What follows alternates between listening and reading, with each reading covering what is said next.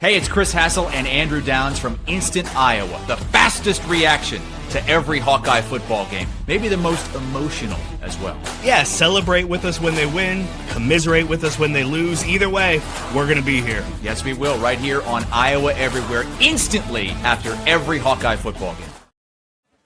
Hey, Hawkeye fans, Big Ten fans, and Iowans everywhere. This is Chad Leistikow from Legends and Listeners. And this is Scott Docterman. Join us as we discuss all things Iowa and the Big Ten every Thursday, only here on Iowa Everywhere.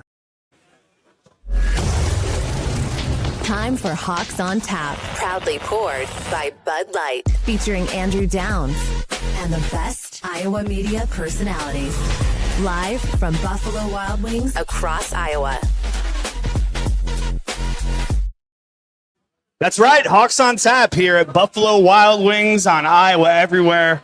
My name is Andrew Downs. I'm joined by my good friend, Chad Leistikow. What's up, man? Good to be back, reunited. Yeah, been a while. It's been a while. Of course, you know Chad from the Des Moines Register, Hawks Central, hawkscentral.com, the Hawks Central podcast, and then right here on Iowa Everywhere, Legends and Listeners with Scott Docterman. And yeah, you and I used to do quite a bit on the radio together, and now we're kind of back together. This is fun. Yeah, so back when the season started, you kind of said, here's some options for, the Hawks on Tap show. And I was like, okay, yeah, this one works out pretty well. Like Ankeny, Friday night, whatever.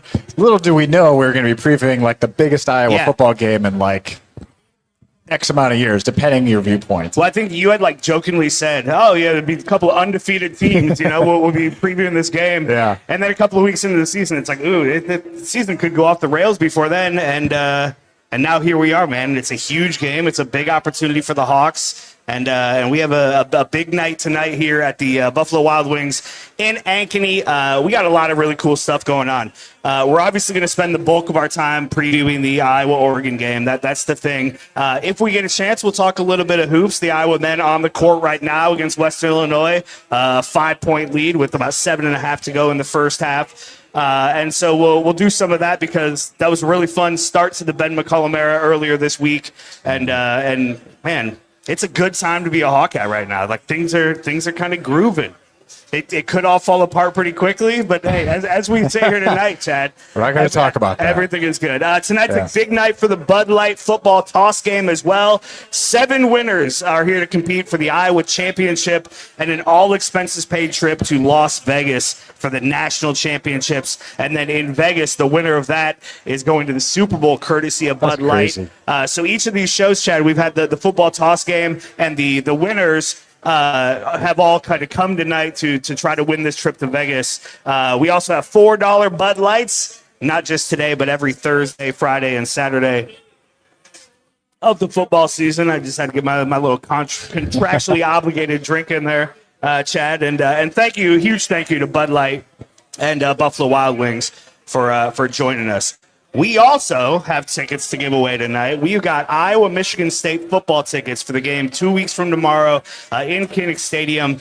And, man, what a fun game that could be, Chad. I mean, if Iowa somehow wins the next 2 games, and you can welcome back this Hawkeye team, an 8-2 Hawkeye team, probably ranked in or near the top 10. They'd be in the playoff by then. You just have to win out. Favorites, to get into the playoff, and you could welcome the team home. So we're going to give you an opportunity to win those tickets tonight. It's very easy to do. However you're watching this show, whether it be YouTube or X or Facebook, just in the comments, I just want you to do the hashtag Duck Season. Duck season. Duck season. That's our hashtag tonight.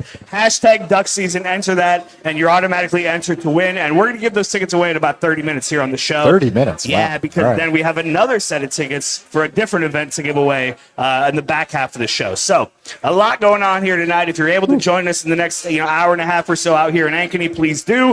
If not, we appreciate you joining us here on Iowa Everywhere. And again, thank you to Buffalo Wild Wings and Bud Light, and to Chad Leistikow for being here with me. And Chad, I usually start this show by looking back at the previous game and kind of recapping that before we move ahead to the preview of this game. But that game was 2 weeks ago, and it was over in like the first couple of minutes of the second quarter. I feel like we've kind of digested the win over Minnesota quite a bit, so I'm going to skip over that unless you have something burning you really want to talk about that Minnesota game. Well, I think it could have been 57-3. Right. If they really wanted to. I think I mentioned this on one of our shows, but like Iowa had a lot of stuff cooked up for Minnesota's defense in the second half and just took it off the gas. And that people always ask, like, oh, they're just going to mail it in. Yes, they are going to mail it in. They're not going to show some stuff. And so that's good. That's a good thing. Yeah. And they have the defense where they can hold up like that. And so I think that should give Iowa fans confidence, too, that it wasn't really just a 38-3. What was it, 37-3? Something I'm like trying that. to remember. 41-3. 41-3. I should know this. I write these things. And that was a team that is 6-3 right now. Yes, like a pretty good Minnesota team. Yeah, absolutely. And I was confident going into that game, but certainly didn't think Iowa was going to be able to win in all three phases the way they did so quickly in that game. That was a lot of fun. And anytime you can do that to one of your rivals, anytime you can beat anyone, exactly, PJ. Anytime you can have one of these rivalry trophies 10 out of 11 years. It is remarkable. And I mean, really, since like the 2015 season, Iowa has done so well in these trophy games. They've clearly put an emphasis on them. And even in years where other things aren't where you want them to be, for the most part, Iowa's winning these games. And that's a lot of fun. Yeah, I mean, think about Wisconsin. Now they've won 4 in a row in that series. But you even think about Nebraska and Minnesota, for example. Iowa State's been a different animal. Iowa State snuck up on Iowa the last couple of years. But Iowa's won 10 of the last 11 against Minnesota. Yes. 9 of the last 10 against Nebraska. Jeez. And if you think about the 2 losses, they're total flukes. Yeah. The Minnesota was the Cooper DeJean fiasco, which was a fair catch, obviously. And then the Nebraska game, Sam Laporta was out going into the game. And then in the first quarter, on the 4th play, you lost Cooper DeJean to a blindside hit. Yes. And then TJ Hall, true freshman, went out there, and that was the game. They couldn't stop that. I can't remember the name of the receiver. And Petrus went out in the first quarter. That's right. He hurt his shoulder in the first quarter. So Iowa was without Laporta, DeJean, and its starting quarterback all in the first quarter and lost that game. That's the only 2 of those. So anyway, and that it just gives you a sense of the appreciation of how they've dominated some of these rivalries and sets up for the games like this. Absolutely. And it told you all you needed to know about that team, that as soon as Cooper DeJean got hurt, everybody was like, uh-oh. We lost our cornerback and our punt returner. We're going to lose this game, because that's how it felt. I mean, that Iowa offense was so stuck in the mud that you knew you were going to need big plays on special teams and defense to win. That's not the case anymore. At least it hasn't been the case for most of this year. Let's do just a little bit of big picture stuff here, Chad, because the moment we're in right now, and it may be fleeting, or it may just be the start of it, but the moment we're in right now as Hawkeye fans is such a cool spot, and it's an earned spot, but the amount of talk about this game, the eyeballs on this game, the amount of talk about Iowa, and the respect that Iowa gets on a national level right now, not just for the defense and the special teams, and not just for like the weird, isn't it funny that Iowa wins games when they can't score points? And, Iowa kind of became a punchline in 22, 23, right? And that's not how it feels right now. And it's been a long time since Iowa has kind of felt like it's had this level of respect and has been playing this well in every phase of the game. Yeah, it's been, I would say the last 24 hours or 36 maybe especially. Yeah, it's really amped up. Yeah, the national media has really grasped onto this game, and I think part of it is because it is the best game on the calendar this weekend. Now, there is a really big Big 12 game as well, but if you look at Big 10 SEC, this is the best game on the docket, basically. And so, McAfee show, all these people are talking about the Iowa-Oregon game, and it's like, hey, Iowa's pretty good. Like, the more people look into it, they're seeing what we have seen in October. Hey, Iowa actually has an offense now. Iowa actually has, their defense is still elite. The special team is still elite. Like, they can move the ball. This Mark Gernowski guy is 55-8. This Tim Butcher guy, he's doing some fun things. Yes. And Oregon, better look out. That's been the narrative all week, and that has frightened a lot of Iowa fans. It makes me a little lazy. And it is a unique spot because you've been accustomed to national media and everybody taking shots at your team because, your offense sucks, you're not going to do anything anyway.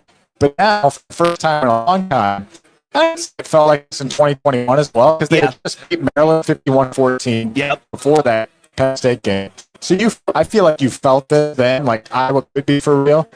That went away quickly. So people are bracing for it going away quickly, I think, again. And so that's where you're getting the nerve.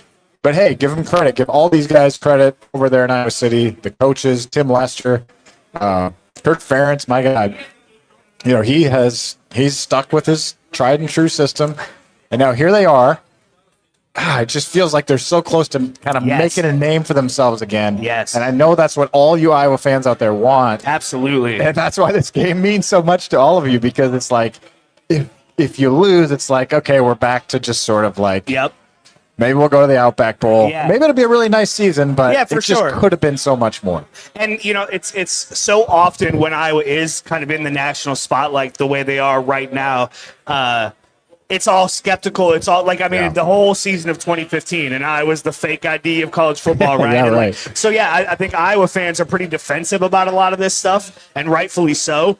But you're right. I think that 2021 season, you had a hint of this, and then you beat Penn State, and it really, like, that was the last high point of Iowa football where I was gung-ho. We bought tickets to that Purdue game like that night because we're like, we got to be in Kinnick next week. And, man, that's one of the worst experiences I've ever had as a fan, being in Kinnick against Purdue and David Bell. And that was rough. But Iowa just has so much momentum right now, Chad. You go all the way back to the second half against Rutgers. And even though the Indiana game was a loss, in hindsight, it feels like the team gained some confidence. They figured out they can play with that team. You think if Mark Gernowski stays healthy, they may win that game. Oh, yeah. And then the fact that the Gernowski injury ultimately wasn't a major issue, because I think coming out of that game, one of the worst parts of it, obviously you lost, but then it was like, man, if Gernowski's done, like this whole season could kind of fall apart here. And that didn't happen. He came back and looked so good in the games since then.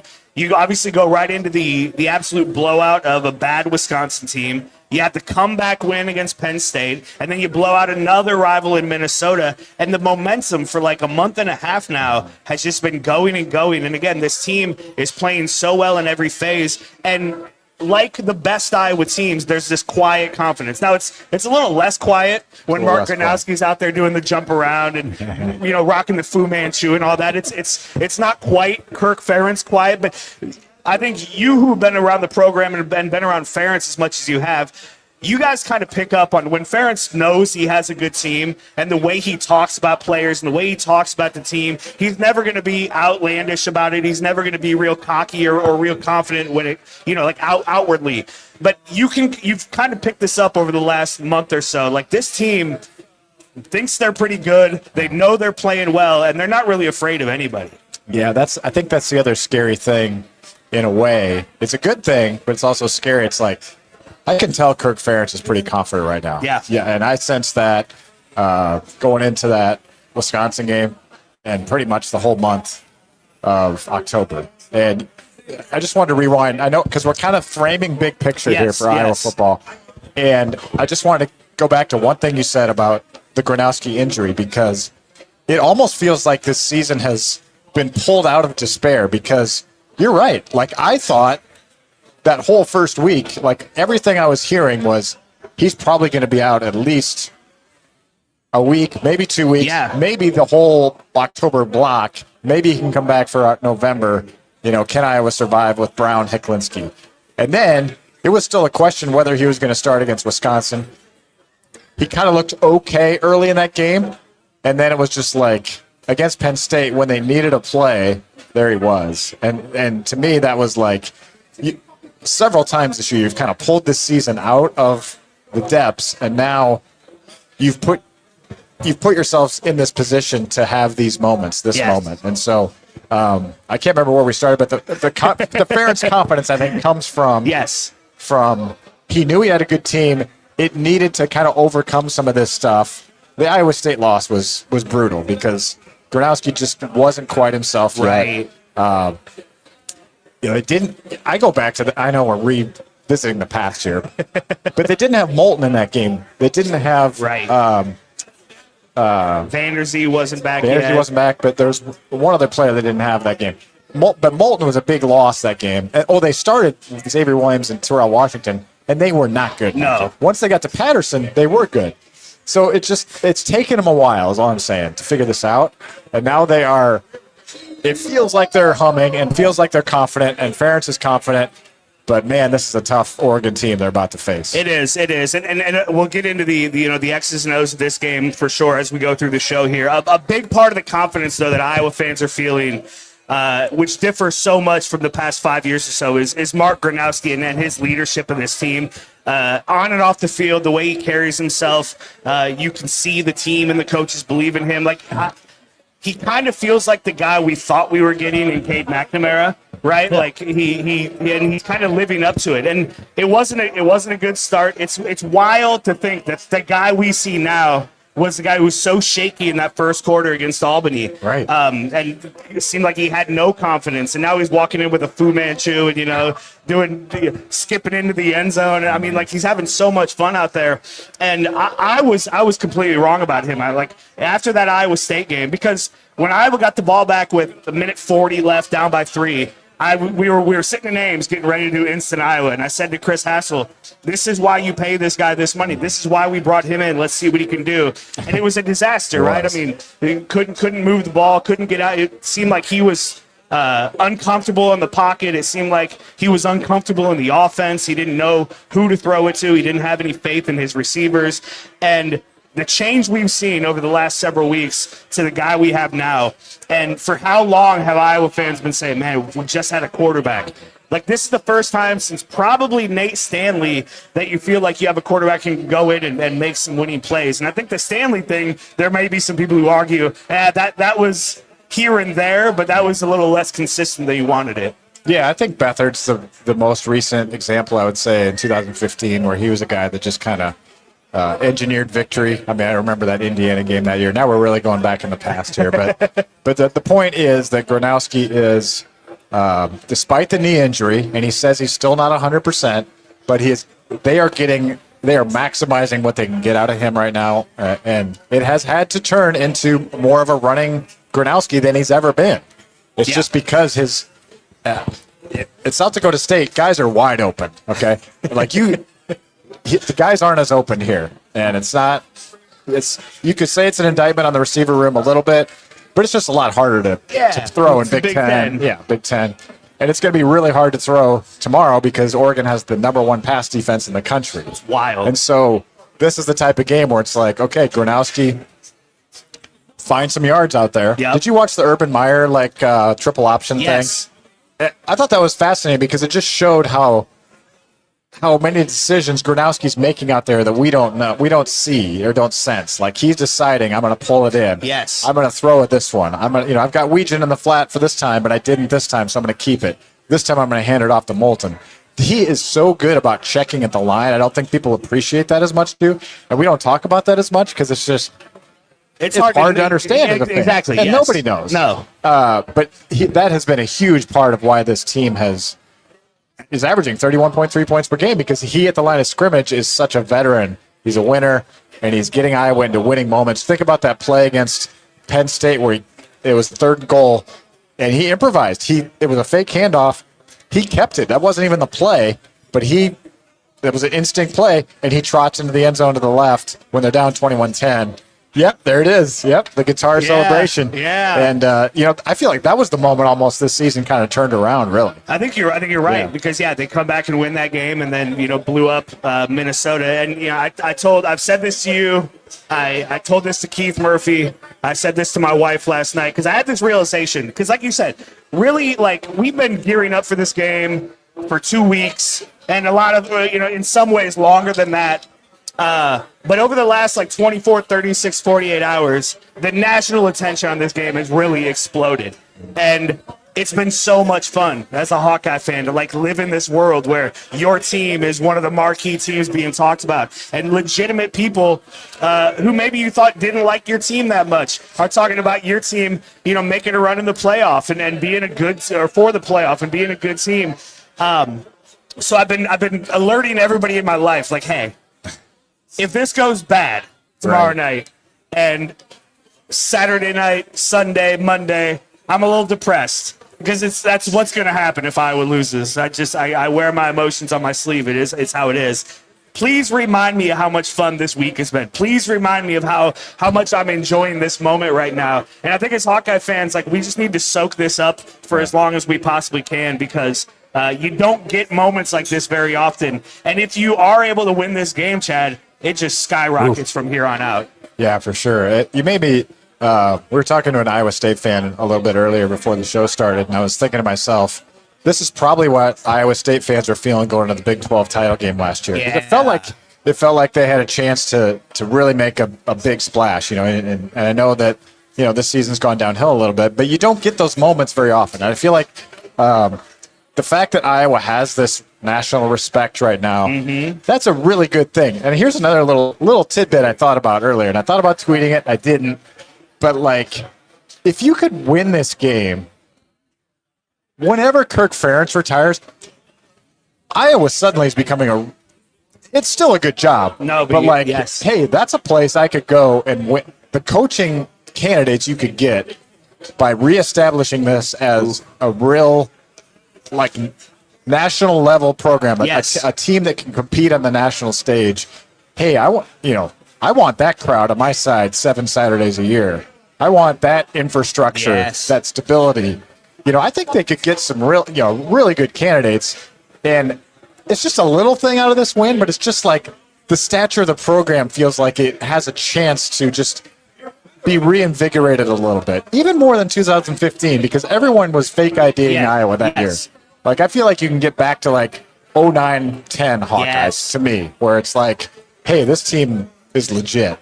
And so, as you said, big if they win this Saturday, we're going to start this all over again next week. Like, can they go to California and win again? Probably not. You know, exactly. So I know it's going to, but enjoy this. You're right. Enjoy this all. What, you and I both listened to Tyler Kluber from the Washed Up Walk-Ons. He just sat down. And again, I think just because of the way we're all feeling right now, like, those of us who have an outlet are just, I mean, we just got to get it out. And he sat down today and did like 25 minutes on his own, and you can listen to it right now. I encourage people to do that. But one of the things he talks about is that, in these first few years of this 18-team Big Ten and these first few years of this 12-team playoff, we're kind of shuffling to find where everybody is in the Big Ten. And you know who Ohio State and Oregon and, probably Michigan and, like, the teams that are going to be in that upper echelon. And then the rest of us are kind of shuffling to figure out, okay, who's going to be in the bottom, who's going to be in the middle. And this is an opportunity for Iowa, this game and the rest of this season, to kind of not put yourself with Ohio State and where Indiana is right. Indiana is such a weird thing because I don't want to throw them in the elites of the Big Ten yet, but that's how they're playing right now, and that's how they've been playing for a year and a half now. So, I'm not saying Iowa, by beating Oregon or even by making a run to the playoff, is going to put themselves on par with Ohio State, but it puts you above a lot of the middle tier, and and as Tyler said, it makes you that kind of razor's edge between the elites in the Big Ten and the middle tier. And I think you're exactly right. When you go look for another coach, when you go look for other players, if Mark Gernowski has the type of season that hopefully he's going to have over this next month and longer, transfer quarterbacks are going to all of a sudden look at Iowa and say, hey, maybe that's a place I can go and, like, make a name for myself. And so there's just so much at stake when it comes to games like this because of all of the other stuff. It's not just what happens tomorrow, it's everything around it. Well, hey, short term even, if you win this game, you're the number 3 team in the Big Ten right now. I mean, maybe tied for third potentially with some other teams, but you're 5-1 in the Big Ten, and you're ahead of Oregon now. Like, if push comes to shove, you got the same record as Oregon, but you got the head-to-head win, and you played Indiana better. Yes. So your resume is now ahead of Oregon's with 3 games to go, and they got to play USC also, by the way, and at Washington. Yeah, there's kind of that. I heard you talking about on Legends and Listeners with Scott Doxman, that kind of round robin between Iowa, USC, and Penn State. And Oregon. Who can go 2-0? Right, who can go 2-0? They all play each other, and there's a playoff spot on the line. I agree. Michigan's in the mix too. If they win out and beat Ohio State, you never you think there's no way they can do it again. but they always do, right? Yeah. So, and then Washington's interesting too, but Iowa's ranked ahead of Washington right now, and certainly if they beat Oregon on Saturday, I mean, who knows what happens above them? But they're going to be, I would say, 13 maybe in the rankings, somewhere in there. and then go win at USC. I mean, we're getting ahead of ourselves here, but like, hey, this is when we can talk about it, right? It's supposed to be fun. Yes, it's supposed to be exactly. fun. Don't be so doom and gloom. If you can't dream right now on the eve of this game, like when the hell can you? Well, and Iowa has a team that can do it. Yes, I mean, they've got the offensive line that can do it. They got the defense that can do it. Yes, they got this. Iowa does have the better kicker. That's the one area I found that Iowa has an advantage on paper. Now, Oregon's offensive line is really good too, but they're good everywhere, man. It's like, but really, to me, it's the home crowd and the veterans. The veterans on this team, to me, are a real interesting angle because Iowa's got fifth-year seniors everywhere. Like, they're a little bit young on defense, but Bo Stevens, Logan Jones, sixth-year senior. Jennings Dunker, Mark Gernowski, sixth-year senior. Yeah. I mean, you think about all these guys. I mean, some of their receivers are seniors too, but you go on the defensive side of the ball. All 4 of your starting defensive linemen are seniors. Yes. Herkett, Llewellyn, Graves, and Jonah Pace, who's a transfer, but he's a senior. He's a guy that's played a lot of college football. And you're going against an Oregon team that's awesome, but very, very young. Yes. Like one of the youngest teams in the country. They have 19 touchdowns by true freshmen. We just don't know. How are they going to react? It's 23-year-olds versus 19-year-olds in this game. And I think that's a real advantage for Iowa tomorrow. I think so too. Yeah, it's such a juxtaposition between a developmental program and a program that's got all the resources you could possibly want in Oregon. And you're exactly right. And I think the thing that makes this, Chad, feel so much different than really any game since any big game since probably the 21 game against Penn State is. It doesn't feel like Iowa's going to need to fluke its way into a win here. Right. It doesn't feel like something crazy is going to happen for Iowa to find a way to win. Now, maybe that would be the case, and maybe tomorrow Oregon runs them out of the building and we sound dumb. But, yeah, they could. But it feels like this Iowa team, I think the biggest difference in the feeling going into this game compared to the last, 11 games against ranked teams that Iowa has lost is – you feel confident in this team and kind of the way they're built and the way they've come together that this team can run with this Oregon team. Maybe not on the edges and maybe not in the same way, but if Iowa can dictate tempo the way that they typically do, the weather is a whole other thing that we'll get into. It doesn't feel like you're hoping against hope that Iowa can find a way to win this game. Well, let's talk about that 0-11 streak right now because a lot of those losses were embarrassing blowout losses. We're talking 54-10 at Ohio State. We're talking 31-0 in the Penn State whiteout. We're talking 2 Big Ten championship games in there, 35-0 against Tennessee. Common thread in all that is you had zero offense in those games. But look at the last 3 games against ranked teams. I know it's the 0-11 gets a lot of attention. It does. But the last 3 games against ranked teams, Missouri in the bowl game, Iowa should have won that game, honestly. Brendan Sullivan kind of whacked out on a QB sneak. Yep. And then this year, Iowa State, a deflected ball goes in the air. I don't pin the whole loss on that, but it's like if that falls incomplete, Iowa's probably going to win that game. Yes. Because they get the ball back. They had all the momentum on offense. It didn't. Okay, we're not making excuses. No, yep. Iowa State, Burkle made a great play. They deserved to win that game. Their kicker made a 54-yard field goal. Indiana, so close. You played them toe-to-toe. It's just a different feeling right now. It feels like they're going to get over the top soon. Like where it didn't really feel like that with Deacon Hill going against Tennessee. No. Deacon Hill going against Michigan. Deacon Hill going against insert the. No, I'm just kidding. Exactly. I'm sorry to pile on Deacon Hill here. I really did like Deacon Hill, by the way, as a person. Yeah. But Cade McNamara throws for 30-some yards against Penn State over there. It was just so bad, just so bad. And let's give a shout to Tim Lester right now because man, oh man, did you read Scott Dochterman's piece in the Athletic? I did. Off the mid-zone run. You guys should check that out. My partner at Legends and Listeners. Yeah. And that's just it's a good example of how the Iowa program isn't stuck in the mud, how they've adapted to the times. It's not to get into the weeds, just read the story.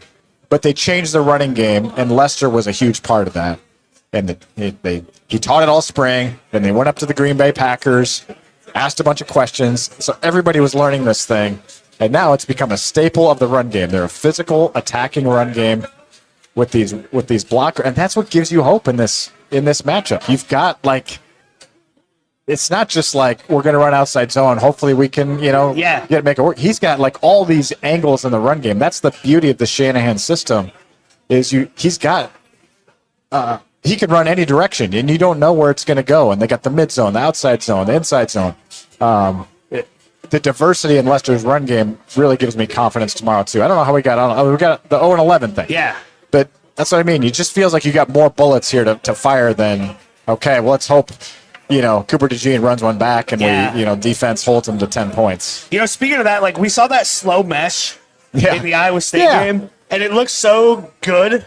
It would worked well, we haven't seen it since then. It's been kind of crazy. But the way the run game has such versatility because you have a back in Kamari Moulton who's your bell cow running back, right? And you've got a couple of guys behind him who can change pace a little bit, but I think you've got a good stable of running backs. But then you add into that a guy like Caden Weechin, who you can do some end arounds, you can do some other kind of gadgety plays in the run game or the short passing game. And then you add into that Mark Gernowski and everything he's been able to do. And like you said, changing plays. The other play in that Penn State game, the final play where they got the first down to kind of ice it.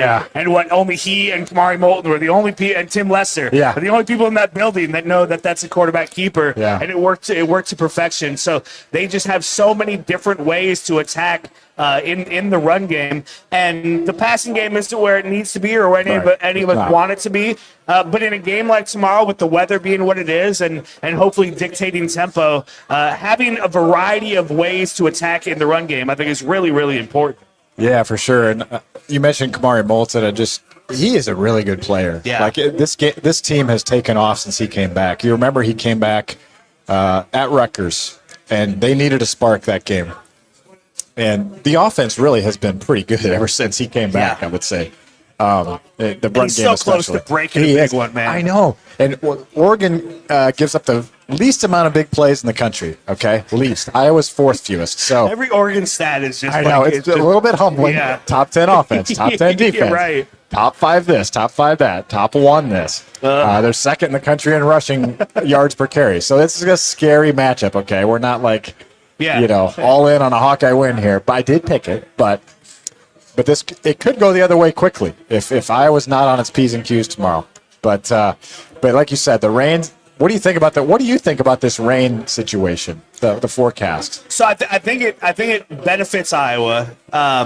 I will say, all the Oregon fans are but we played Wisconsin in the rain. Yeah, we're born in the rain. They're pushing back on that. You play the way you did against Wisconsin, you might get beat by Iowa, true. right? I mean, that's true. But I think because it helps to mitigate Oregon's speed on the edges and maybe take some edge off of their big playability in the passing game, I think that probably helps Iowa. I will say though, like we've talked about, in years past where it felt like Iowa needed things like the weather to be in their favor, I don't know that this team does. I agree. And so there's a part of me that's man, it's gonna impact Iowa too. Yeah. And maybe that's in a fumble, or maybe that's in a missed field goal or whatever. They're both gonna have to play in these conditions. And there's a part of it that's man, on a neutral field with normal weather, I think Iowa can compete with this team. So maybe I don't want the chaos that's thrown in there by the weather. That said, I'll take it. I do think it probably favors Iowa a little bit, but I am a little worried about how it's going to affect both teams. Yeah, there could be a fluky play here or there, and you almost just want to see it straight up, Yes. You're at this point as an Iowa fan, I think, where you want to see, hey, let's see how we can go toe-to-toe. Now, I wouldn't want to go into Autzen Stadium necessarily. No, probably not. Let's stick with Kinnick here if you're a Hawkeye. But I think that's also part of, Chad, with the national talk around this game. Yeah. Is because Iowa is being picked by so many people, because Oregon and their resume is kind of under attack right now, right? I mean, they dropped several spots from the AP poll to the college football ranking. Iowa came from nowhere up to number 20. There's a question about Oregon right now, and they know that. They've got a little chip on their shoulder. They know they need to come into a place like Kinnick Stadium and get a win like this, and this will help them a lot. And so on one hand, that makes me uneasy as an Iowa fan who's uneasy about everything. On the other hand, it's this is not, if Iowa finds a way to win tomorrow, it's not going to be a fluke.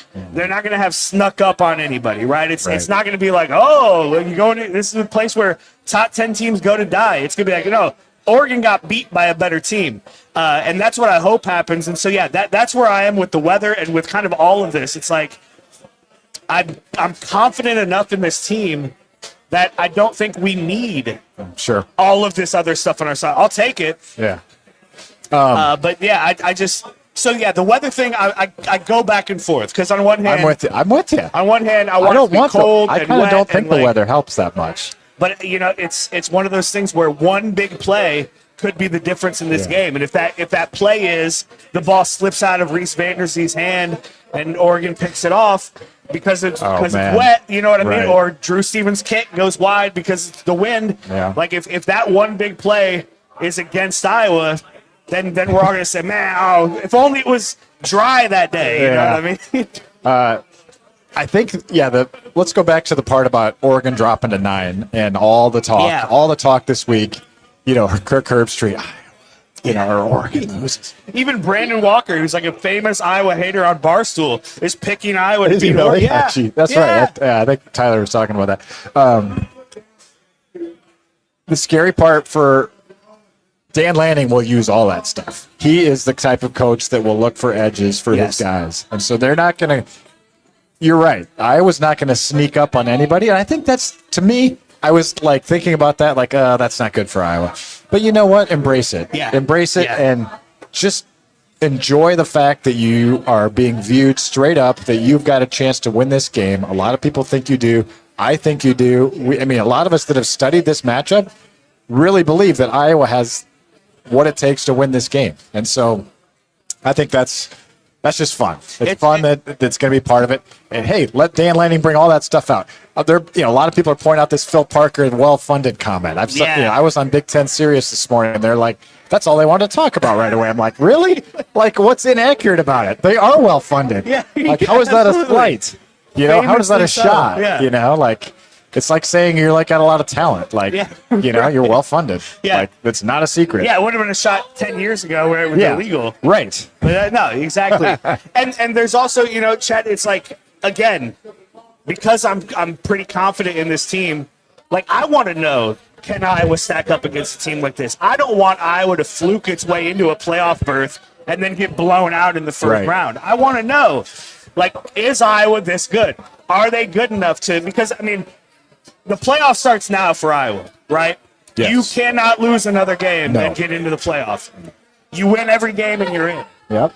So the playoff begins now, and it's a 4-game playoff to get into the playoff, and then who knows what happens. But it's like, I don't want this Iowa team to, backdoor its way into a playoff spot and everybody, and they can't now, right? They can't. Because of the way the first half of the season went. And so, again, it's one of those things where because I'm confident in this team, I want to see Oregon's best. I don't want to see Oregon's quarterback get knocked out in the first quarter and then them have an excuse for why this happened. You know what I mean? I want Iowa to go out there and beat this team on the field. Well, the good thing is no matter if Iowa does win, no matter how it wins, you're going to have another test next week on the calendar, on the resume, whatever, to go win at USC. USC's got Northwestern tomorrow at home. Ooh.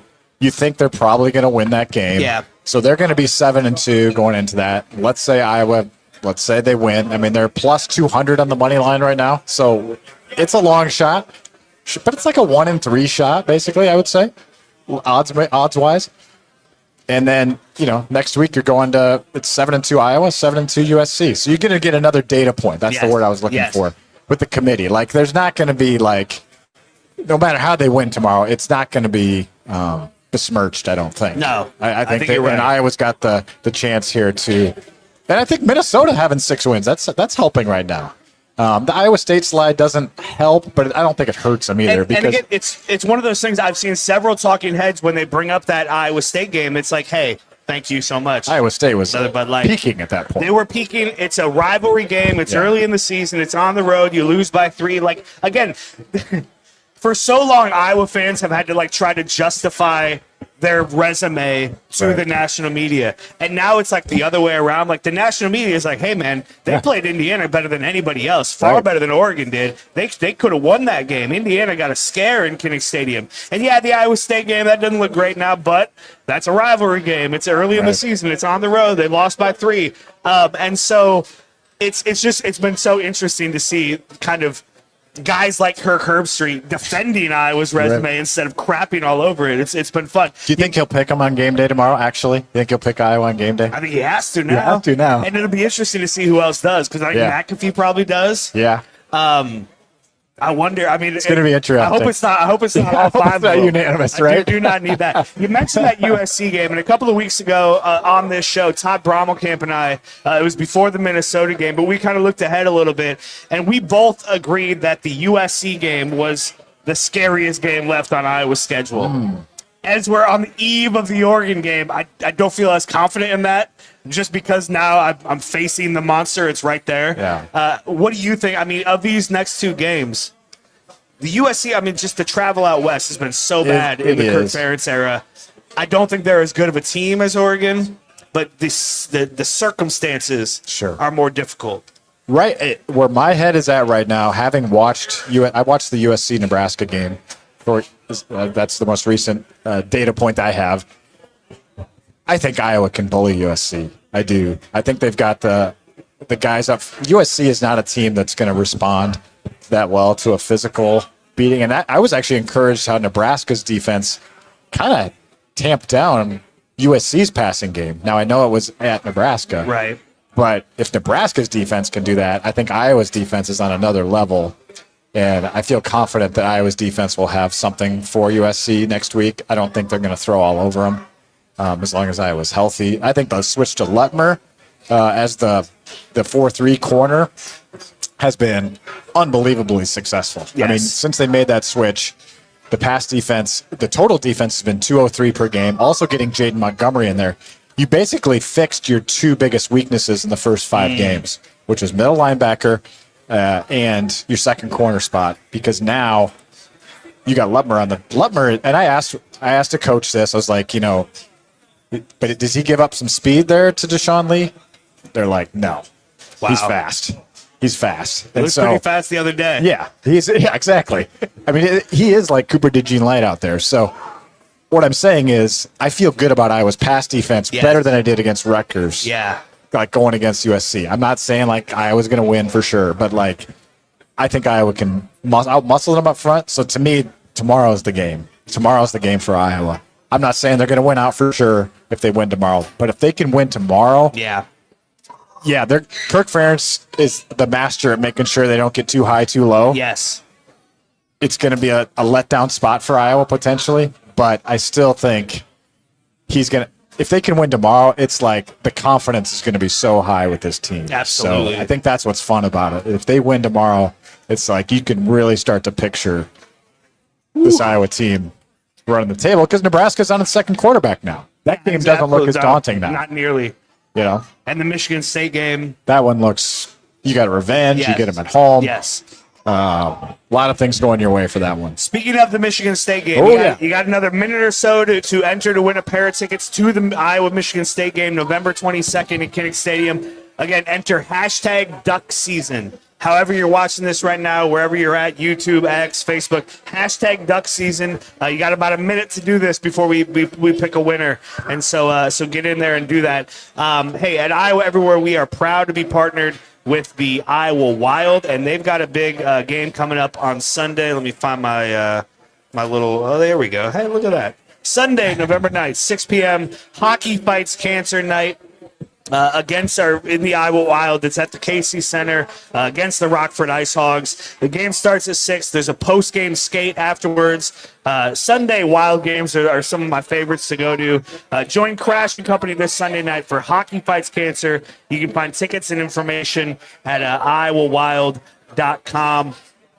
And oh wait, I put up the CW pod. This is not the. I put up like the. Look at this. The CW pod Halloween graphic. Okay, it's time to give away these Iowa Michigan State tickets. And the nice thing about this, Chad, is I don't have to do anything except push this button. Oh, I want to see how this works. I've heard you do it. Yeah. Oh, that's so cool. Yeah, so it's going to randomly go through all of the people who have entered hashtag Duck Season, and our winner is Andrew Shipley, 6917. Drew Shipley, I know him. Congrats to Drew. Email me, ad@iowaeverywhere.com, and we will get those tickets to you. Drew Shipley headed to the Iowa. We promise better weather. Game. We promise better weather. You do? Than tomorrow. Are you sure? Not sure. It's Iowa. You never know, right? Should we give an Iowa basketball update? Yes, please. Iowa's leading Western Illinois 51-41 at the under 16 media timeout in the second half. Bennett Sturts, how about this? 18 points, 6 assists. He's 4 of 6 from 3 tonight. No turnovers. We've got him on the screen up here on the left, and it's just like he looks so good. He looks so good. Man, in like the first 10 minutes of the first game against Robert Morris, I was skeptical. I'm not gonna lie. Not just about Bennett Sturts, but and not at all about Ben McCollum. I've loved everything he's done since he stepped on campus, and he's clearly a very good coach, and I'm excited about what he's going to do for Iowa basketball. I will say, the fact that the majority of the team is Drake players, I was a little bit like, I don't know about these guys, and we'll see. There's a long season left. Can they hold up in the Big Ten? There's a lot to be decided here, but in the first just few minutes of watching Bennett Sturts play, it was like, oh my God. Yeah, this dude is like, because again, as he's getting all these preseason accolades, as he's getting preseason All-American and All Big Ten, I'm like, is he really that good? This dude was D2 2 years ago. Right? Is he that good? We're gonna crown him this quickly? And man, like I said, 10 minutes into that game, I was like, oh yeah, crown that dude. I love that dude. It's amazing. It's gonna be fun to watch this team with. He hasn't left the floor tonight either. That's the other thing about him. He doesn't come out. Well, I mean, the other night. Yeah. There's like 5 minutes left. They're up by 30, and he's still playing. I'm like, what are you doing? Get out of there. It's kind of like Gernowski in the fourth quarter of the Minnesota game. Like, what? Get it. Speaking of which, dream scenario. Again, if we can't dream now, when can we dream? Mark Gernowski, 1 year at Iowa, leads Iowa to the college football playoff. Right. Bennett Sturts, 1 year at Iowa, leads Iowa to a Sweet 16. Sweet 16. You would take Sweet 16, wouldn't you, as an Iowa fan? It's the only thing that matters to this program right now. Yeah. You have to get that, and then we can reset expectations and we can readjust everything. But it's the monkey on the back of the program, and they have to get there one way or the other. And once they get there, you can kind of put that to bed. It's okay. That talking point is gone. That's the only thing that matters for this program. Like, if they could win the Big Ten championship regular season, they could win the tournament championship. And if they don't make the Sweet 16, people are going to be like, well, there you go. See, we can't do it. Yeah, exactly. So no matter how it happens, I think they need to get to a Sweet 16 just to get that monkey off their back and kind of reset expectations for the program. Yeah. We're not saying they're going there this year, but it would be cool. It would be very cool.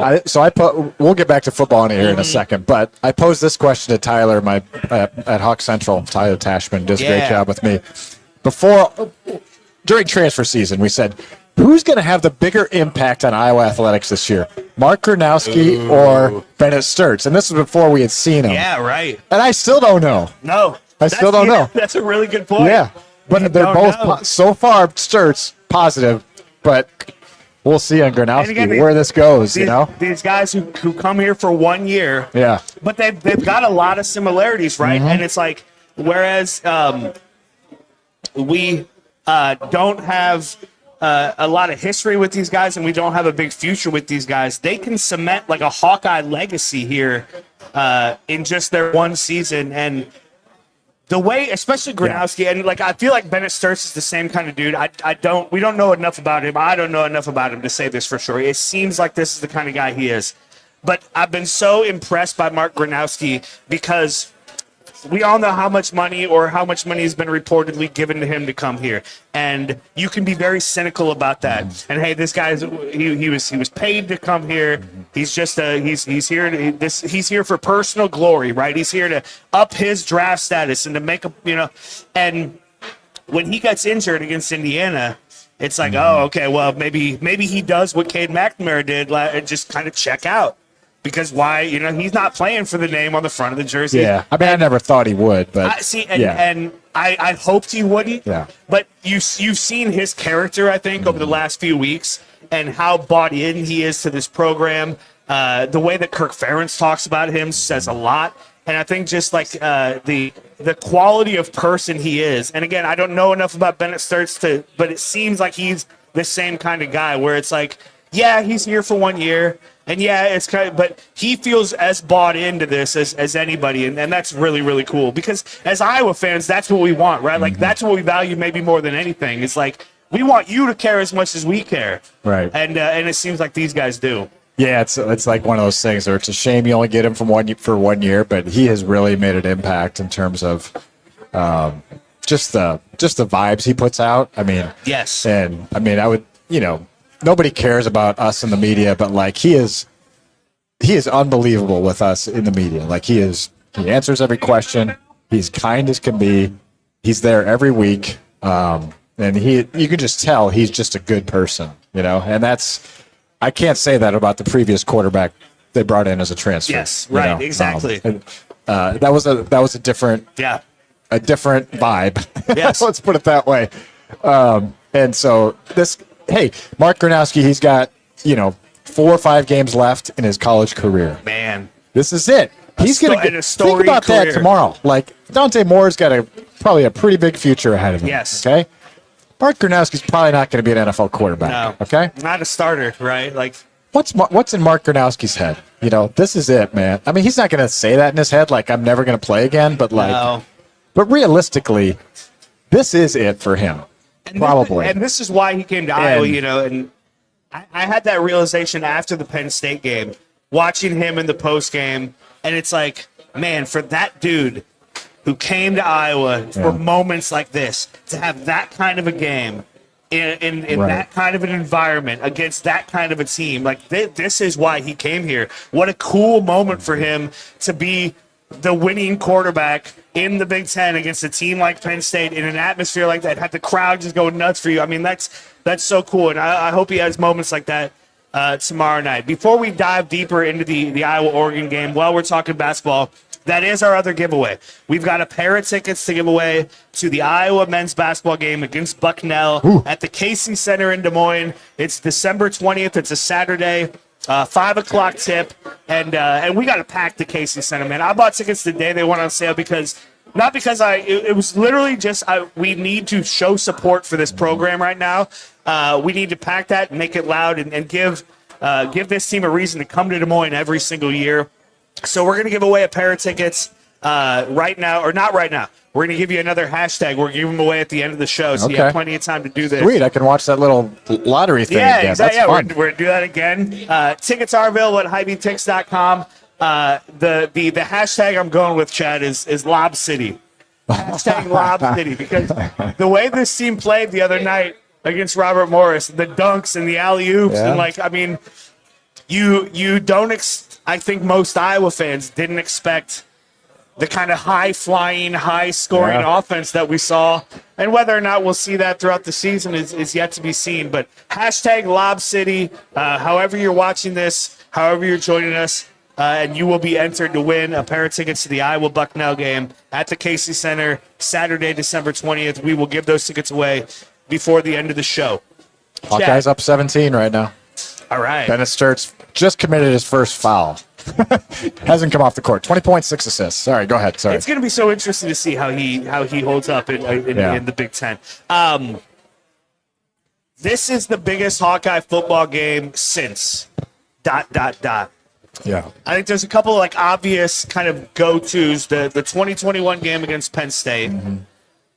I think before that, you probably go all the way back to the 2015 Big Ten championship game.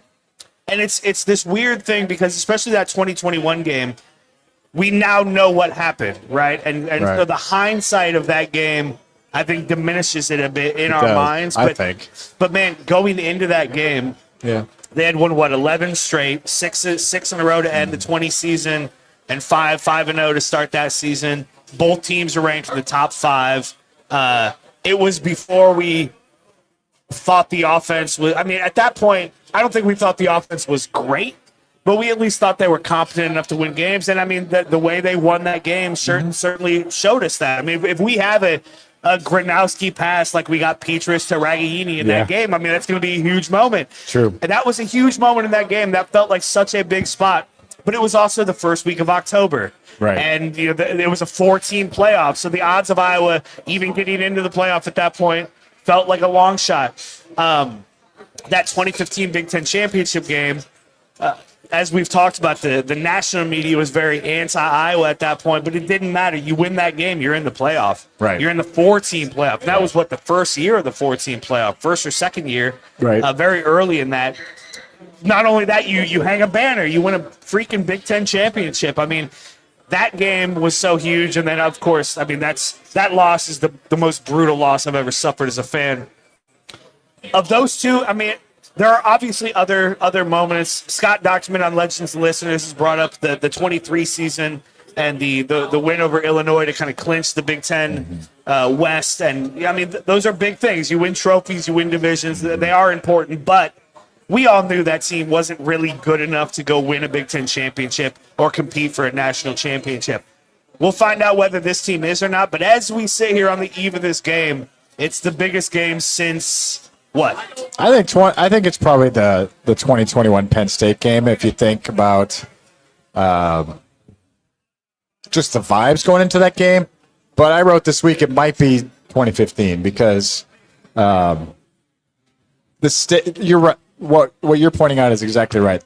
Iowa still would have had to win the Big Ten championship against Michigan that year to make the playoff. Like it just put them on a nice course, but then it just went away so quick. Yes. And Penn State went 7-6 that year. Yeah, right. So it didn't end up being what it felt like in the moment. So it felt different.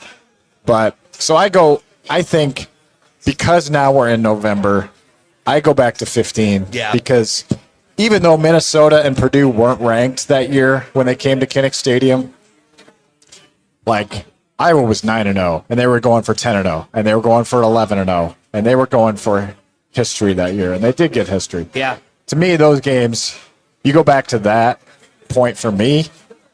But on Legends and Listeners this week, Doctorman went all the way back to 2004 in terms of the game itself, how much was at stake for both teams. In November in Kinnick, and that was when whether Iowa or Wisconsin won that game was going to win the Big Ten championship. And he went back that far. I don't know if I would quite go that far with this, but potentially. I mean, potentially. Because we're talking about, hey, what if Iowa wins tomorrow? What if Iowa wins tomorrow? Like, you're starting to feel like, wow. Because the 12-team playoff they're not in the playoff if they win tomorrow, but it's like, that dream's still alive if it is. And like you said, their ranking will skyrocket. They'll be right on the edge. I don't think they'll be in the top 12 with a win tomorrow, but they'll be right there. Yeah. And clearly the way the college football playoff committee ranked these Big Ten teams, it was like, okay, show us which team is good. I mean, there's so many teams bunched up there between 19 and 23 or whatever it is. Right. And it's like, okay, which of these teams is going to rise to the cream is going to rise to the top, and which one is going to be that team, and maybe it'll be Iowa. Let's dive in a little bit deeper into this matchup against Oregon. I mean, a team with obviously a ton of pedigree, top 10 offense, top 10 defense, a great young coach, a chip on their shoulder. Every stat you brought up tonight is just like, oh my God, they're the best at this. No, I mean, it just is what it is, right? Like, this Oregon team is legitimately very good, and their resume maybe doesn't stack up just yet, but they're going to have opportunities, and one of those opportunities is tomorrow. It's a very formidable opponent, and there's a reason why, even though we all feel good about this Iowa team, even though we know Kinnick is going to be crazy and the weather's going to cause chaos, Oregon's a 6.5-point favorite in this game for a reason. Iowa's not a home underdog very often, especially an Iowa team that's playing this well. This Oregon team is very, very good. It's hard to find where Iowa's going to have advantages here tomorrow. Well, yes, they do have some pretty crazy stats. But here, if you're looking for positives, And I unpacked this on one of my shows this week. I can't remember if it was Legends Listeners or Hawk Central. You do a lot of shows, man. But it's all great. You and Tyler are fantastic. Thank you. Hawk Central, by the way. So Oregon's played 8 games this year, 7-1. All right. 4 games are in the absolute blowout category where they just absolutely toyed with teams. Yeah, don't watch the highlights from the Rutgers game. That's what I said. Yeah, if you watch Rutgers, you're like, no, we have no chance. Yikes. You know, if you're a Hawk fan. Okay, the 4 games that I'm going to unpack here for a second are Montana State, Oklahoma State, Rutgers, and what was the other one? Oh, Oregon State, the rivalry game. So they blew out all those teams, averaged 618 yards a game, almost 8 yards per carry. My God. 315 rushing yards per game in those 4 games, okay? So that stuff can happen. That all did happen. It all counts, okay? You don't just beat Oklahoma State 69-3. So this team has immense firepower, okay? But now, the other 4 games, Andrew, against Northwestern, Penn State, Indiana, and Wisconsin. Okay, 4 games.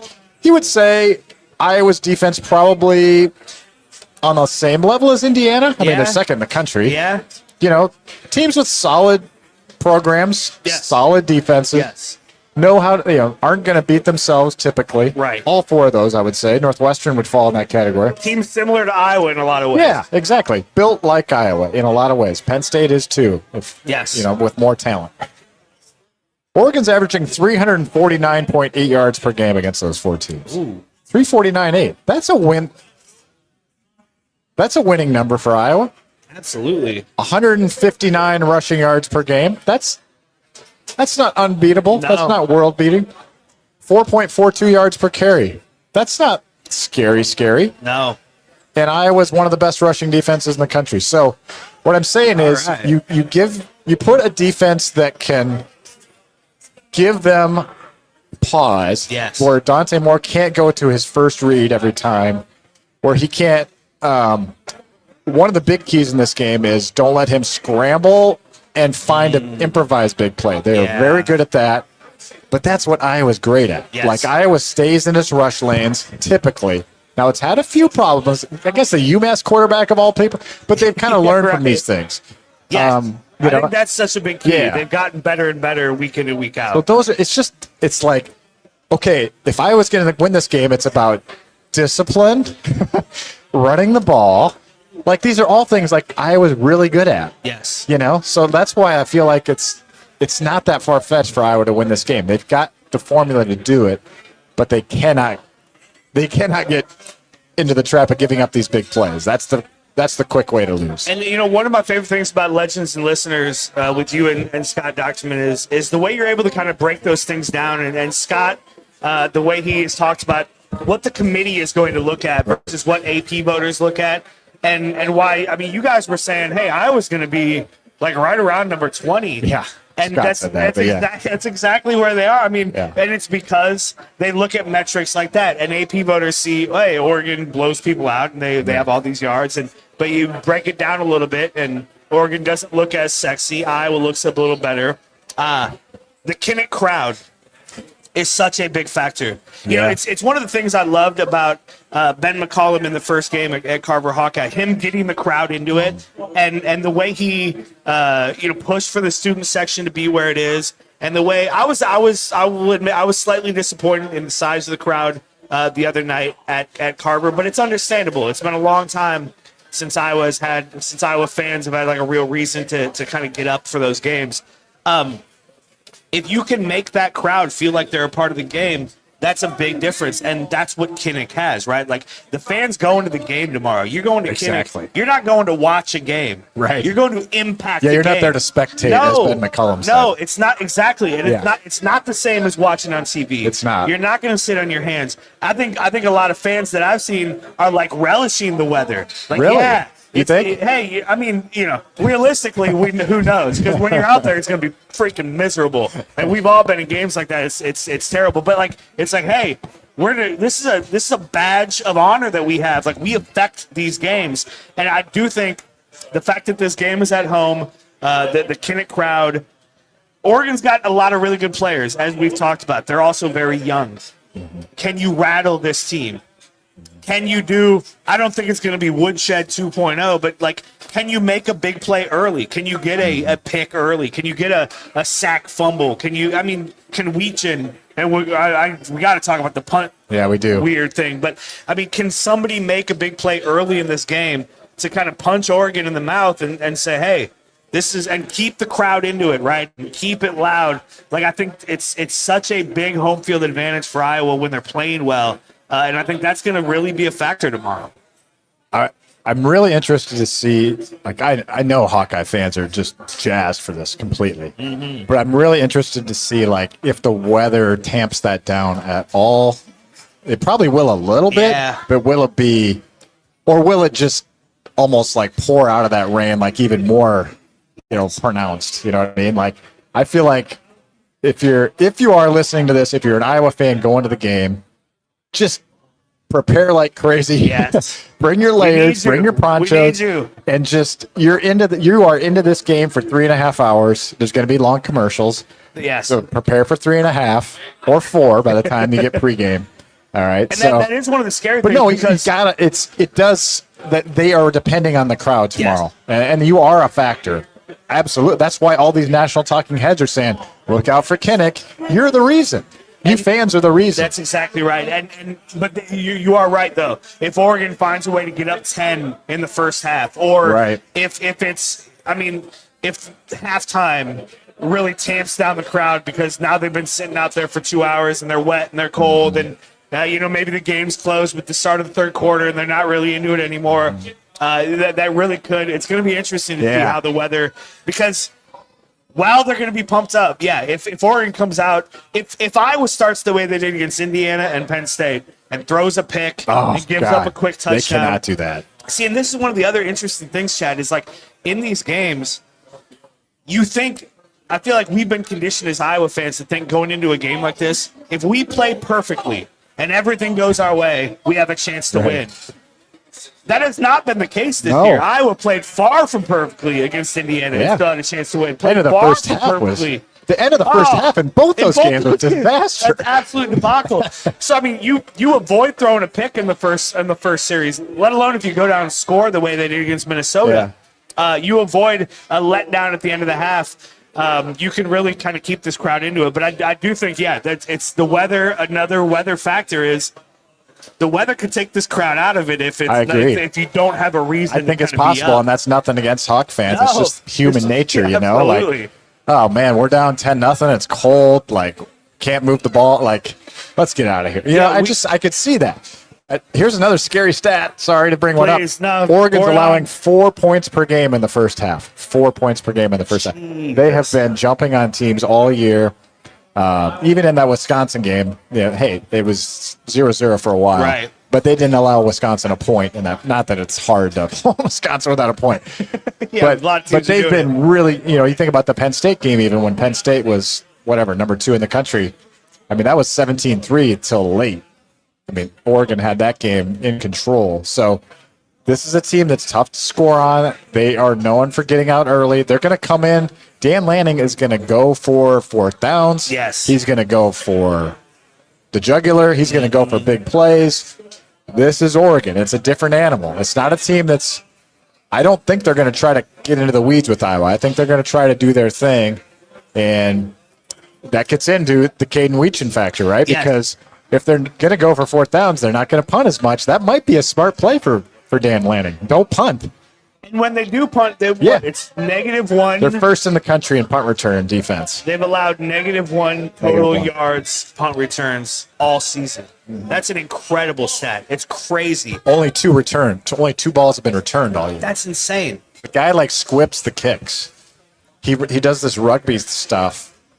It almost makes it like a squib kickoff, Yeah. Like where he gets out there and then just hits a ground the ball. ball. Just rolls and rolls and rolls. And most people don't want to pick that up. Now, Cade Weechin, he will pick it up. Might be one of the guys who picks it up, right? I mean, I wonder what LeVar Woods is coaching this week in that regard, because they've got to find a way to get him. Like if you and Kinnick are just saying, hey, if Caden can just get 1 return today, just give him 1 clean return. What could happen? Because I think he is the best return man in the country. He even talked about in that Minnesota game the return, he scored a touchdown. He almost called the fair catch. He thought, I thought he thought almost about did, it, honestly. And geez, I mean, talk about like Good thing you opening old didn't step near the wounds. boundary where they had to go review it, right? Oh my God! But I mean, he understands how big of a weapon he can be. He understands what role field position is going to play in this game. And you're right, he doesn't need to return it for a touchdown, but if he gets one or two returns where he picks up 20, 25 yards, that could be the difference in the game. And so that's going to be such an interesting back and forth in this game. Will Oregon punt? And if they do, will Cade Weechin score? And then even if Weechin isn't a factor in the return game, like we've talked about with the run game, Tim Lester has found such fun, creative ways to get Weechin involved in the offense. Yes. And when he has the ball in his hands, he's probably Iowa's most dangerous player. And that's another thing you got to give this staff credit for. During the bye week, they took the time to find ways to get Weechin involved in the offense. We saw that in the second series at Wisconsin. Mm-hmm. He was in the backfield, took a toss sweep, scores the winning touchdown against Penn State on a jet sweep. That little inside screen they did against Minnesota on the first drive was fantastic. Yeah, he's leading the team in receptions now. I mean, he is a major factor in this game. And the one thing he hasn't done, Andrew, is make a big play in the passing game, like a big one. He's never done that in his Iowa career. He's looking for his first, deep shot, I would say. Now, Oregon's going to be tough. I'm going to text you tomorrow and say, you called it. Yeah. Cade Weechin just scored a 70-yard touchdown. But that's the next step for him. And so it's going to be really tough against this defense. Yep. They've got a really good secondary. But that's a weapon you've had on their side. Did you see, there's one of those Oregon fans, you might have missed it. It's like, there's a million Oregon fans out there talking smack. Yes. But there's an Oregon fan out there showing Weechin's picture and like, hey, this looks like your next door neighbor, like this is the one they're scaring us about. He's like, whatever. Good. I'm like, a lot of people have been like bookmarking that one just in case. I bet. Good. I bet that tweet's deleted if Cade Weechin does something tomorrow. But anyway. That's really funny. Yeah. Special teams as a whole, probably going to play a big factor in this game. You mentioned it a little bit earlier. Even though Iowa's field goal kicking unit has been shaky, to be sure, had a couple of punts blocked. Like, special teams haven't been as elite as they had been in years past. Both field goal units have been a little shaky. I think I heard Tyler Tashman say on Hawk Central this week, of their last 6 kicks, Penn State has missed 3. Oregon, yeah. Oh, yeah, I'm sorry, Oregon. Yep. Oregon has missed 3. No, they don't have a great kicking game.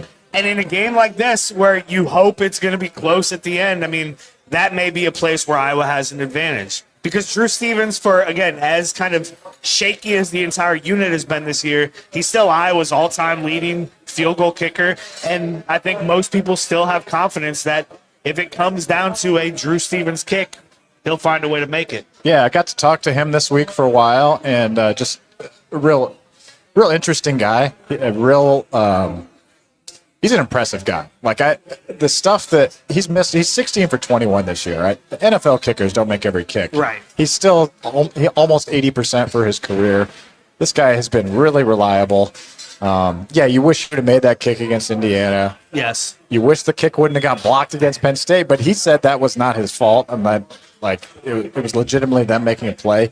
He thought it would have been, he would have liked to see if it was good because he said he hit it really well. Much better than he did the first kick. Oh, interesting. He said he hit it off his toe and it spun. He's like, actually, when I hit that, I got more confidence because I mishit it and it was only about 5 yards short. And he said, I really hit the real one good. Interesting. Yeah. And he said, I really wish I could know if that would have been good or not.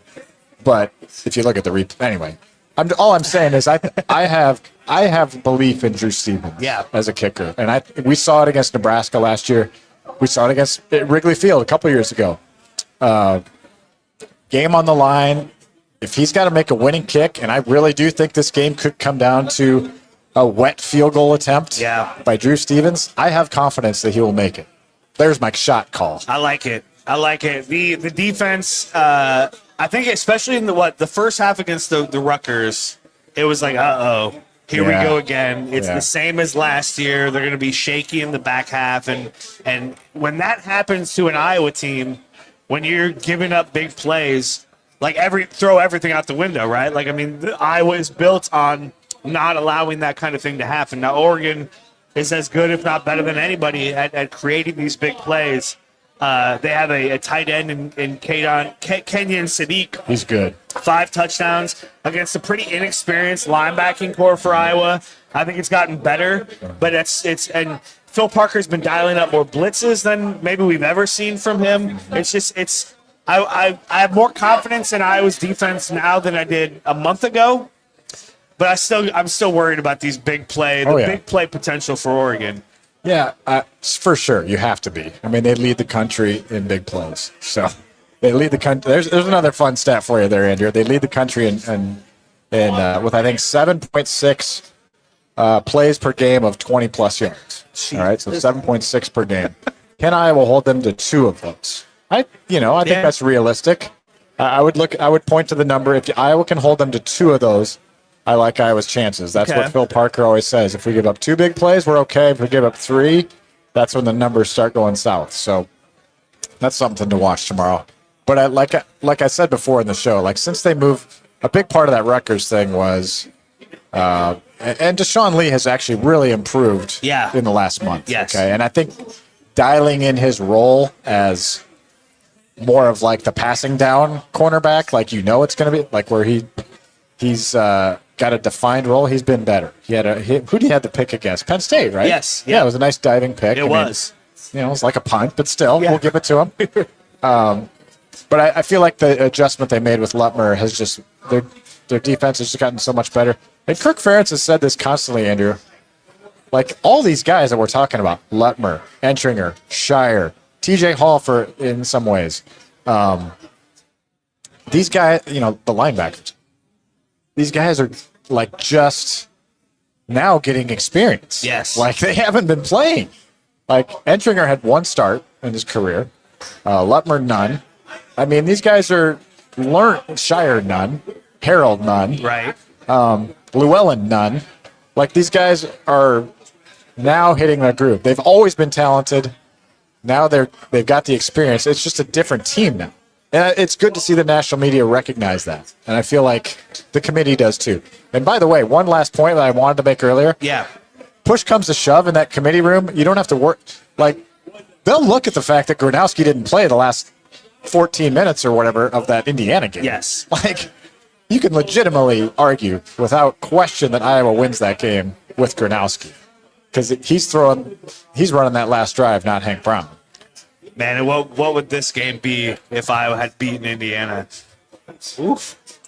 It might not even mean as much, honestly. Yeah, you're right. You're right. You wouldn't. You could probably suffer a loss in a game like this and still have everything out there. Yeah. I mean, you'd be playing for a Big Ten championship spot, so it'd be pretty probably big. bad. Yeah, it might be bad. Yeah. I think 3 is the perfect spot. Yeah, exactly. Yeah. Let's get to number 3 in the Big Ten. If Iowa needs to throw the ball to win, 2-minute offense, right? Okay. Similar to the Iowa State game. Oregon kicks a field goal. They're up by 3. Iowa gets the ball back. 2 minutes left. Yeah.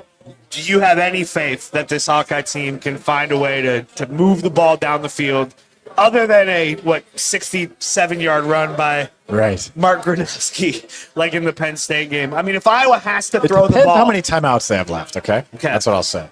If they have no timeouts against this Oregon secondary, I don't have a lot of confidence. Yeah, but if they have 2-3 timeouts and can afford, a quarterback draw or a draw to Moulton or a little pass over the middle that turns into something.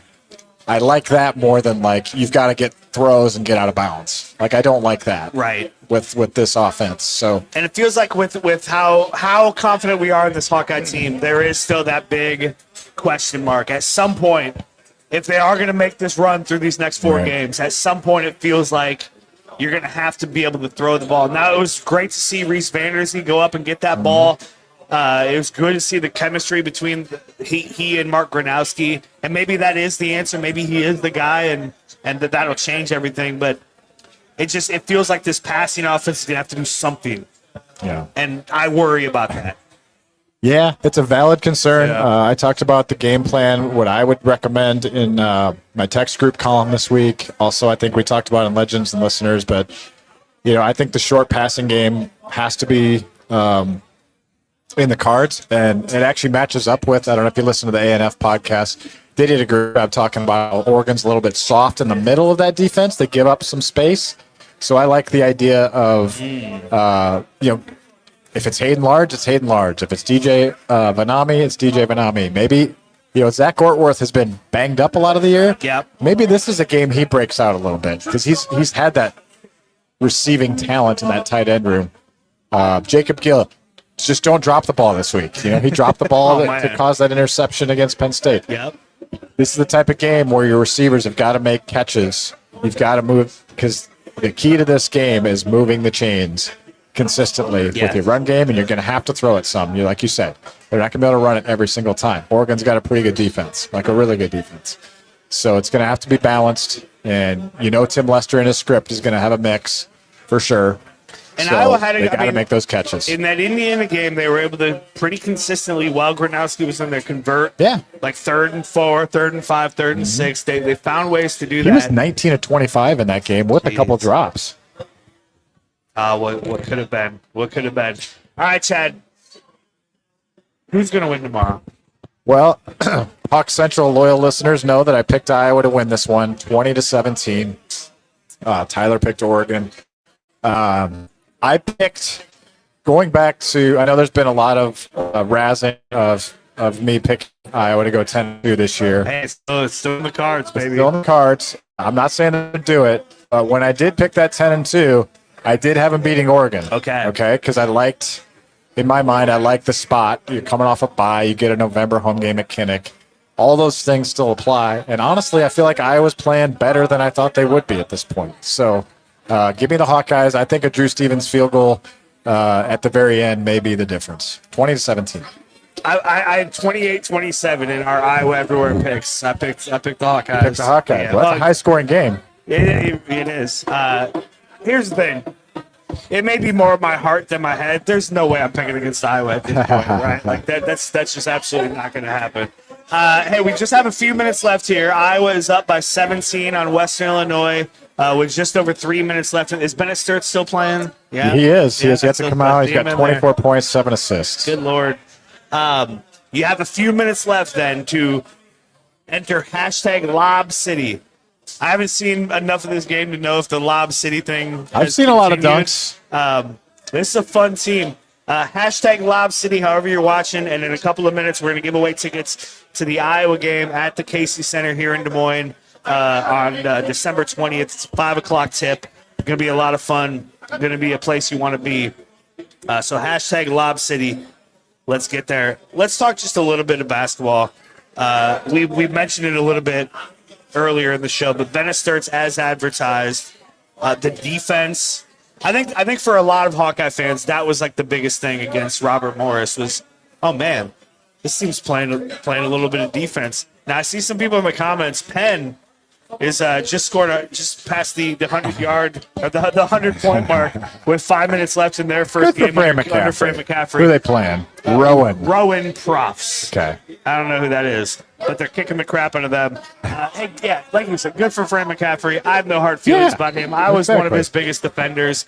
It needed to end. It has ended. I think Iowa's hired the right guy in Ben McCollum.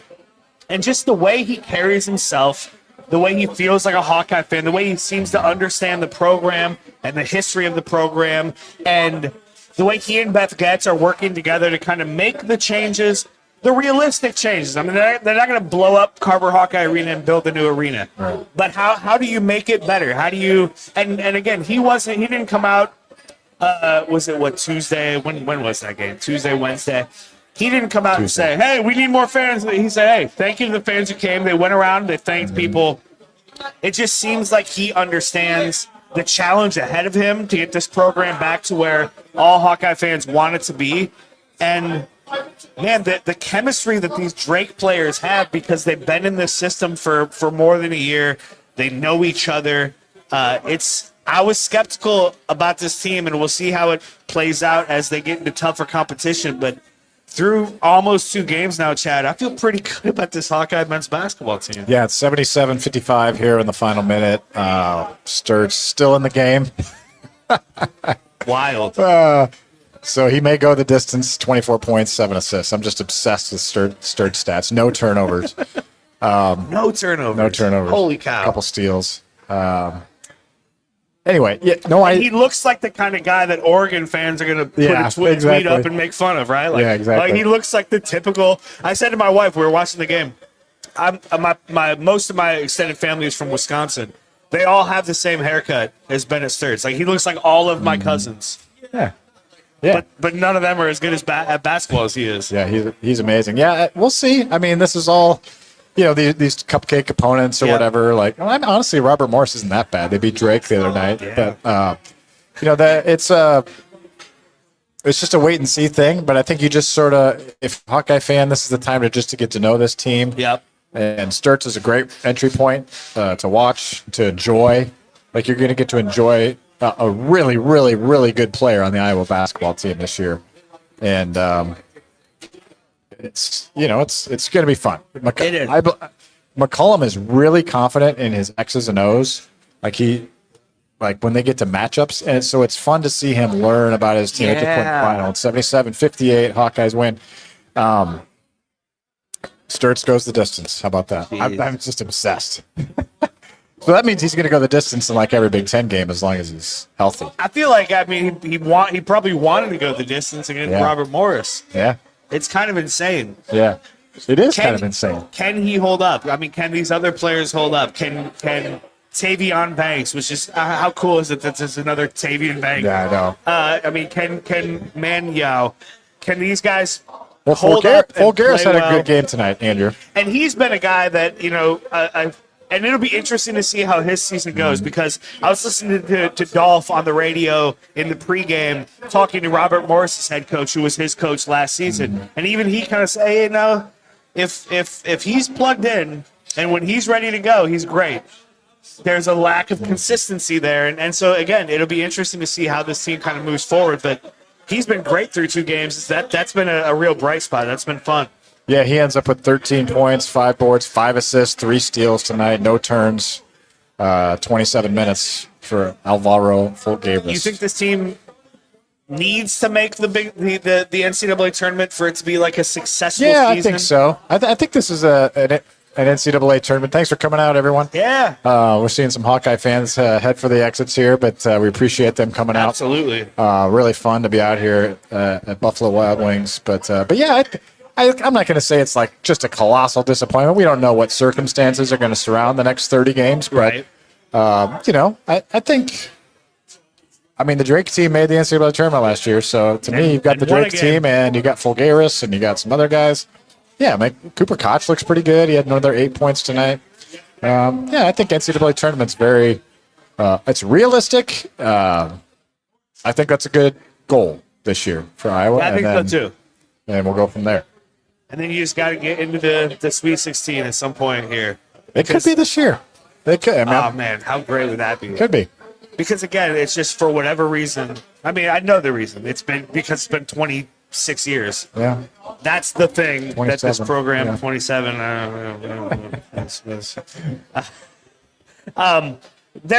They're not perfect. They're probably going to have some issues with size.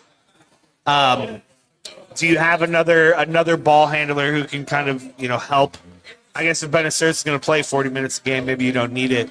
Where are some of the issues you see with this team as we kind of head into starting to get into some better competition in the next few weeks? Yeah, let's look at the rebounding here tonight because that was a big issue the other day. It looks like they got out-rebounded again. Mm-hmm. They got out-rebounded by Western Illinois, 29-26. So that to me is a concern. That was especially something. In Big Ten play. Yeah. Now their defensive rebounding was better in this one. 22 defensive boards to gave up 6 offensive. So, only 7 turnovers on offense. That's a really good number tonight.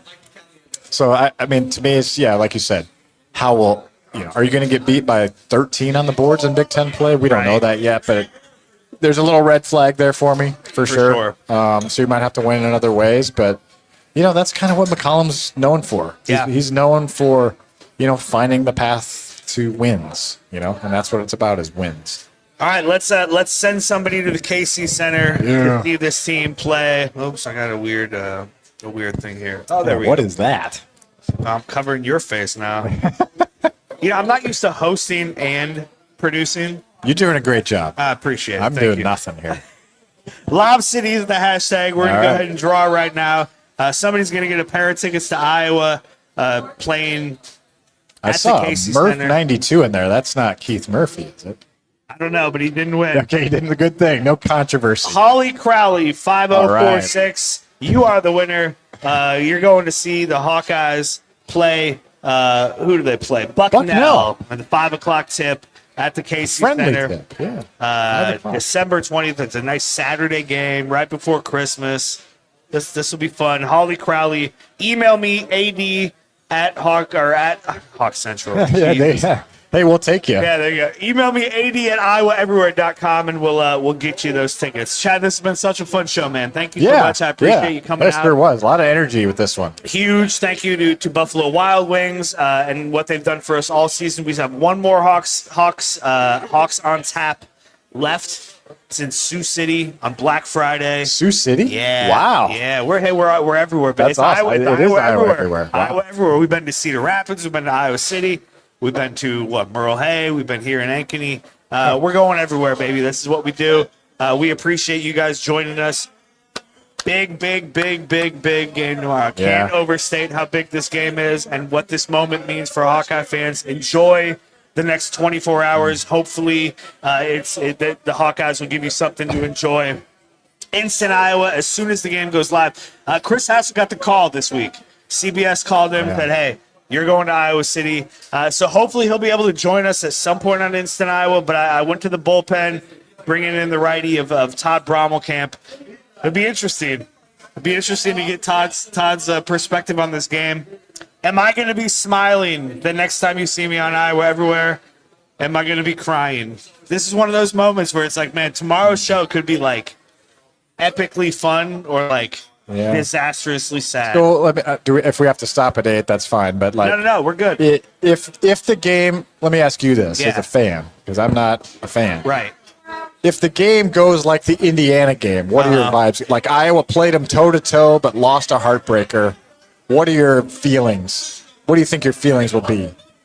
I think I can live with that. I think I'll be okay. Yeah, I don't think it'll be. Now, I will say, like, I had a couple of people after that Indiana game who reached out and they were like, "Man, I'm watching Instant Iowa, and it's just like sad." It's because here's the thing: when Iowa loses, we get a bunch of Cyclone fans joining the show. They love misery loves company or whatever. But we did have some people who were like, "Ooh, that was just you guys were just sad," and it was a sad game. It was a sad. I will be sad tomorrow night if Iowa loses. If Iowa plays well and loses to a better team, I can live with that. Yeah. If there's an injury or a blocked field goal return for a touchdown, or if there's like a mistake, if there's like a thing where it's like, it was there, we had it, and we let it get out of our grasp, I think that's going to be hard to swallow. Yeah. And I mean, like you said, let's be honest. If Iowa loses, I'm going to feel bad about it. Yeah, I feel like that's probably where I feel like you can win this game. Like Indiana, it didn't really feel like Iowa was going to win that game. I don't know if you felt that, but I felt like, wow, this is going to really be a long shot if they win this because Indiana just looked so good. And Iowa really was like, how good really are they? Going now into you're it, feeling. Now, I will say, when Iowa got that, Lutmer's interception? Yeah. Like, that's about as nuts as I've gone during an Iowa game in a while. I'm like, Yeah. At that point, it felt like they were going to win. And then it was such a letdown to give up that late touchdown. Okay. Let's not go to the dark side here, Andrew. Thank you. Yeah. Yeah, let me enjoy at least the next 20 hours or so. Yeah. But just think if they can win. Oh my gosh. By the way, USC and Northwestern are playing right now. They're about to start. Oh, I didn't even know. So it's not even tomorrow. That was in my blind spot as well. Something to pay attention So if you want to get a view of the Hawkeyes' next opponent, tune into Fox tonight. Love it. Jason Benetti's on the call. I always love his game. He's good. He's amazing. So good. So and check out Hawk Central. I love what you guys do after the game. The 3-word headlines is always fun. Like, I mean, one of the fun things about like just all of Iowa media coverage is there's so many different angles. There's so many different, like, people can watch us on Instant Iowa, and we're done long before you guys go live on Hawk Central. And it's just in moments like this, you're just eating it up, right? Like, Hawkeye fans just like want as much of this as they can get, and if they win tomorrow, it's going to go to another level, and hopefully that'll be the case. So check out Chad at hawkcentral.com and on the Des Moines Register, and legends and listeners here on Iowa Everywhere. I will be live with Todd Brommelkamp as soon as the game goes final. Hopefully, as soon as the game goes final. We go early sometimes if it's a blowout. Okay. I don't think it's going to be a Hawkeye blowout. So hopefully what if it is? That'd be no, don't spike. We just watched the Bears game the other day. Yeah, don't spike the football too early. No. Don't go live too early if I was up like 14. Another big thank you to Buffalo Wild Wings. We sent somebody to Vegas tonight. I don't know who yet. We will find out, and we'll tweet that out. But yeah, somebody's going to Vegas with a chance to win Super Bowl tickets, courtesy of Bud Light. Thank you to Buffalo Wild Wings. This has been Hawks on Tap. This is Iowa Everywhere. Please like and subscribe. Join us on all of our shows. We're doing big things here on Iowa Everywhere, and we appreciate your support. That has been Hawks on Tap. I forget our shows. Our shows too. That has been Hawks on Tap here on Iowa Everywhere. Thank you to Chad Leistikow. I'm Andrew Downs. Good night and go Hawks.